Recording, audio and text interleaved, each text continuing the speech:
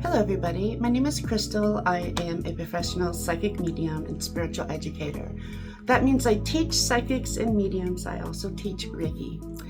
So today I want to address those that are practicing psychics. How do you practice being psychic?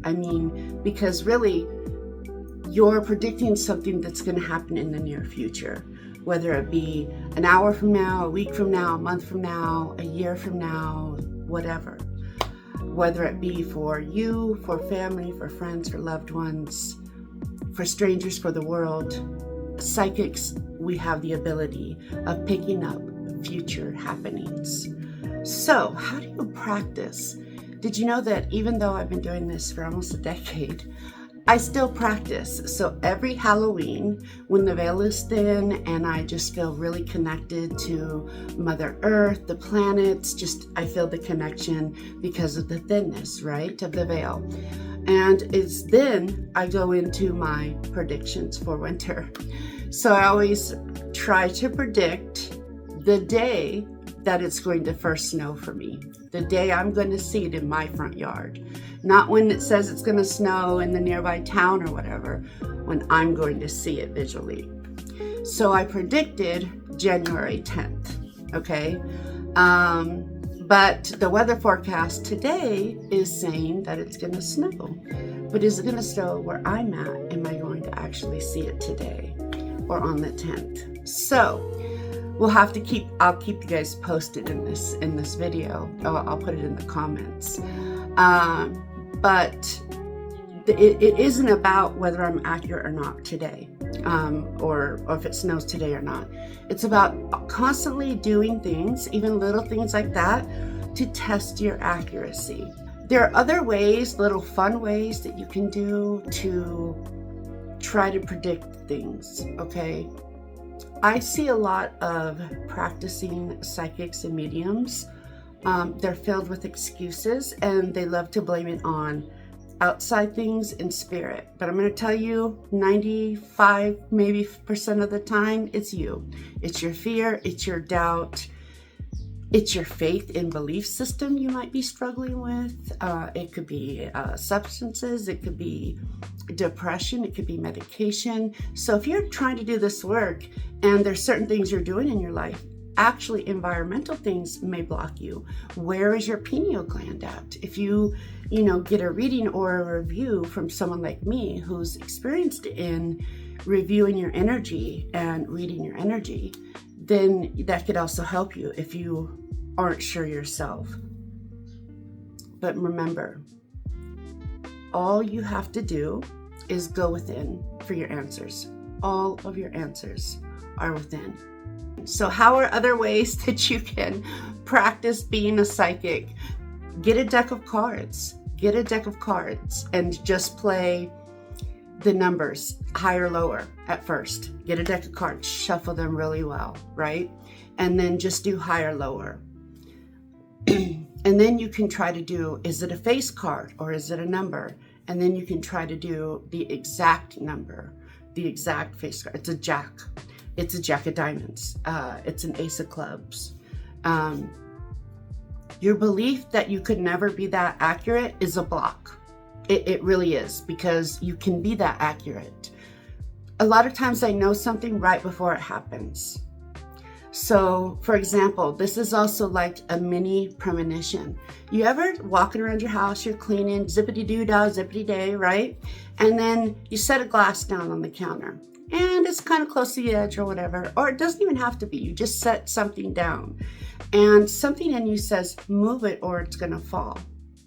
Move it or it's going to fall. And you just like, da, da, da, da, da. You got the music playing, you're cleaning house. That's what I do. And you just like, yeah, whatever. I'll just be careful. You don't move it. And 20 minutes later goes by and you're cleaning and you're on the counter and zoop, there goes the glass right off the counter. And you're like, why didn't I just listen to that why didn't I just listen? That was you, warning you, saving you money and trying to keep your shit together, literally. So the more that you learn that voice is your inner extension of God, the all-knowing, the easier it is to connect with it and believe in it. You know what I mean? So there are also things you can do. Have someone hide something in your house, but that's more getting into other types of, psychic stuff.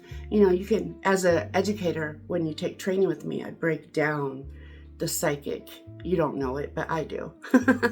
I'm the teacher here. I break down the psychic, and can you find something? Can you do it by touch? Trying to find your abilities that really work with you. And that's the thing. Whether you take training from anyone or anything, you have to find what works for you. If you're constantly online and in groups and you're comparing yourself and go, well, I don't do that. That doesn't happen for me, because you're not them. You're not them.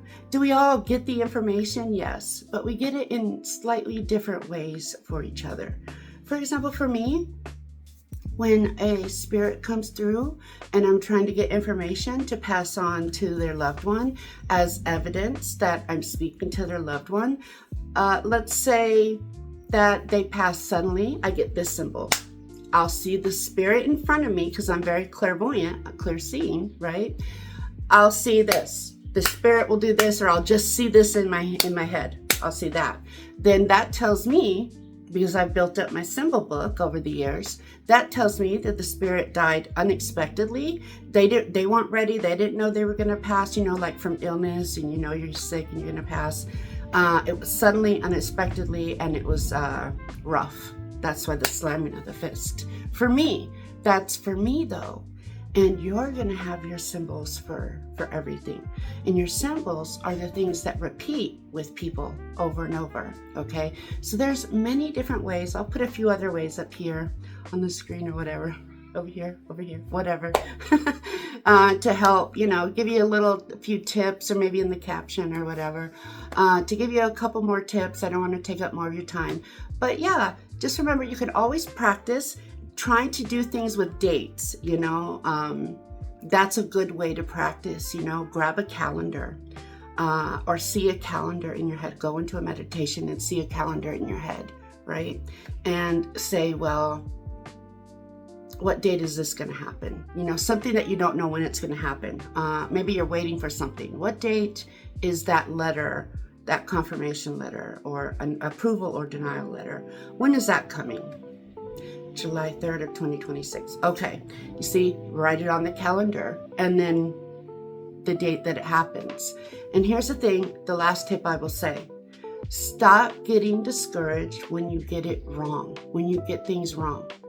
That is a tool. It is a lesson to help you learn what's right. Listen, when the information comes to you, you're going to get it in the body somewhere. If it's all up in your dome piece, running around like Hogwarts Express, like choo choo, I wonder if it's this, I wonder if it's that, da da da da da, give me that. That's ego that kicked in because you didn't wait for spirit to come in and give you and just drop it into you. You know how it comes into you? Somehow you're just like, oh, did you have a dog that had a blue collar? You see, it just dropped in, right? It just drops in like that. And that's how you know it's from spirit, from your higher self, right? Not from ego. I literally could go on and on and on and just do a whole run-on filibuster sentence on how to do psychic better. But don't beat yourself up. When you're wrong, understand what that feels like in the body. What was the process that got you that wrong answer? And when you get things right, what was that? What did that feel like in the body? What was the process for you to get that answer? You see, and then you start to understand the difference, and that's discernment. And you can become a master of discernment. I promise. Much love. Any questions? Put them below. Thank you. Many blessings. Have a wonderful day.